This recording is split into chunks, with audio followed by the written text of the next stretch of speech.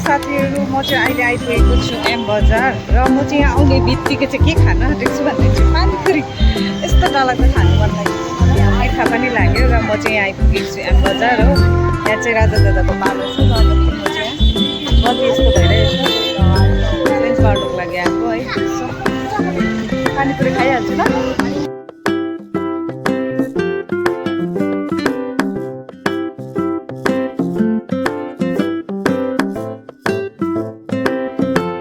यस्तो डेन्जर तिर्खा लागेको थियो कि मलाई चाहिँ। सिलगढीको वेदर चाहिँ दामी भएर चाहिँ अहिले चाहिँ तिर्खा चाहिँ यस्तो डरलाग्दो लागेको थियो कि अनि मलाई चिया खानु मन लागेको थियो। चिया चाहिँ खाइनँ, पुच्का खाइदिएँ मैले 30 रुपिसको हो। र म चाहिँ आइपुगेँ अहिले एम बजार। म चाहिँ यहाँ मात्रै आउँछु नि त पार्लर दादाकोमा, कपालहरू के भन्नु चाहिँ राम्रो गरिदिनुहुन्छ, त्यसले गर्दा हेर्नु सक्नुहुन्छ तपाईँले। र म चाहिँ आइपुगेको छु एम बजार। यहाँ मुनि चाहिँ दादाको पार्लर छ, सो म चाहिँ पुगेँ है।